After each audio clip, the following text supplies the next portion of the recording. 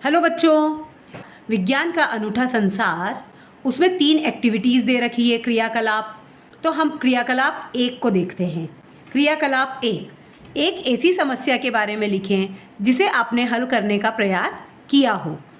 आपने किन चरणों का पालन किया? तो उत्तर में हम अपनी कोई सी भी समस्या जो दैनिक जीवन की हमें फेस करी हो उनमें से कोई सी भी समस्या लिख सकते हैं। जैसे कि बल्ब का चलते चलते बंद हो जाना, या साइकिल का बंद हो जाना, या गाड़ी का बंद हो जाना, या पानी की टंकी में से पानी आना बंद हो जाना, या अपने लिखते लिखते स्याही ख़त्म हो जाना, या फिर और भी अन्य कई समस्याएँ हो सकती है जिसे हम दैनिक जीवन में फेस करते हैं। तो उनमें से हम कोई सी भी एक समस्या लेकर उसके बारे में लिख सकते हैं। जैसे कि हमने यहाँ पर लिखा है, एक ऐसी समस्या जिसे हमने हल करने का प्रयास किया है वह है बल्ब का बंद हो जाना।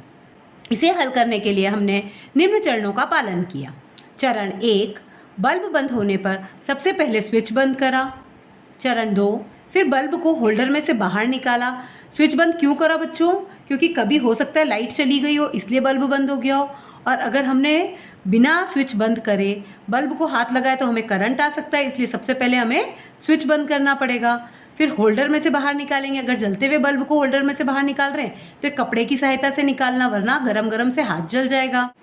फिर बल्ब को ध्यान से देखा, क्या उसका फिलामेंट ख़राब हो गया या कोई कनेक्शन में ख़राबी है। अब अपन ने बल्ब को जब नीचे उतारा तो उसको देखेंगे कि क्या उसका फिलामेंट सही में ख़राब है, सही है। अगर फिलामेंट ख़राब हो गया है तब तो हम बल्ब बदल देंगे, लेकिन अगर फिलामेंट सही है तो हम बल्ब को दूसरे होल्डर में लगा के देखेंगे।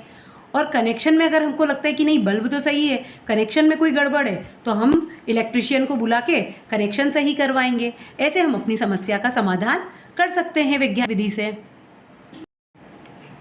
बच्चों, क्रियाकलाप 2, आप दैनिक जीवन की ऐसी एक परिस्थिति का वर्णन करें जहां कोई वैज्ञानिक विधि का अनुसरण करता है। तो बेटा अभी हमने पहले भी देखा, उसमें भी हमारा वैज्ञानिक विधि का ही अनुसरण हो रहा। हम एक और समस्या लेते हैं, जैसे साइकिल का चलते चलते बंद हो जाना।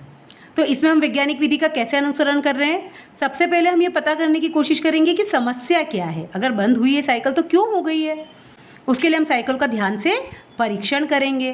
फिर हम देखेंगे कि साइकिल की चेन उतर गई है क्या। अगर चेन उतर गई है तो उसको ठीक करने का प्रयास करेंगे। फिर हम देखेंगे कि क्या साइकिल की चेन ठीक करने से साइकिल चलने लगी है। यदि हाँ, तो हम इस निष्कर्ष पे पहुंचेंगे कि साइकिल चेन उतरने से ही बंद हुई थी, और यदि नहीं तो हम एक नई परिकल्पना बनाएंगे और फिर उसका परीक्षण करेंगे, समस्या का हल निकाल सकते हैं।